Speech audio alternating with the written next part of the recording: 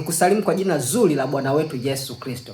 Hivi kwenye haya maisha wewe unapenda watu wakutendee nini? Na maanisha watu waliokuzunguka kwenye jamii yako, kwenye familia yako, kwenye shughuli zako mbalimbali, watu hao waliokuzunguka unapenda wakutendee nini kwenye maisha yako? Je, unapenda wakutendee mema au wakutendee mabaya? Najua jibu unapenda watu wakutendee mema. Biblia Takatifu kwenye Injili ya Mathayo sura ya 7 mstari wa 12, Biblia inasema hivi: basi yoyote mtakayo mtendewe na watu, nanyi watendeeni vivyo hivyo, maana hiyo ndio Torati na manabii. Manake hiyo ndio sheria ya Mungu iliyoletwa na manabii. So jiulize, wewe unapenda kufanyiwa nini? Unapenda kupendwa? Kama unapenda watu wakuoneshe upendo, basi jifunze na wewe kuwaonesha watu upendo. Kama unapenda watu waoneshe kukujali, basi jifunze na wewe kujali watu. Kama unapenda watu wasiwa na kusengenya wanakusimanga, basi jifunze na wewe usio na tabia ya kusengenya na kusimanga watu wengine.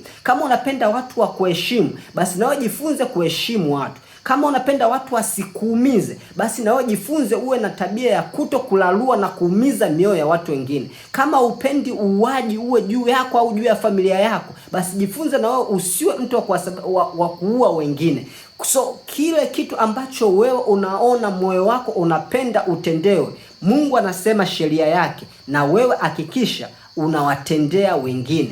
Wengi tunapenda kwenye maisha yetu kutendewa mema, lakini hatupendi kutendea watu wengine mema. So kanuni ya ufalme wa Mungu, kitu kile unachopenda wewe utendewe, jifunze kuwatendea wengine. Biblia inasema kipimo kile kile mpimacho ndicho mtakachopimiwa. Yaani matendo yale yale unaowatendea watu wengine, na wewe utatendewa hayo hayo.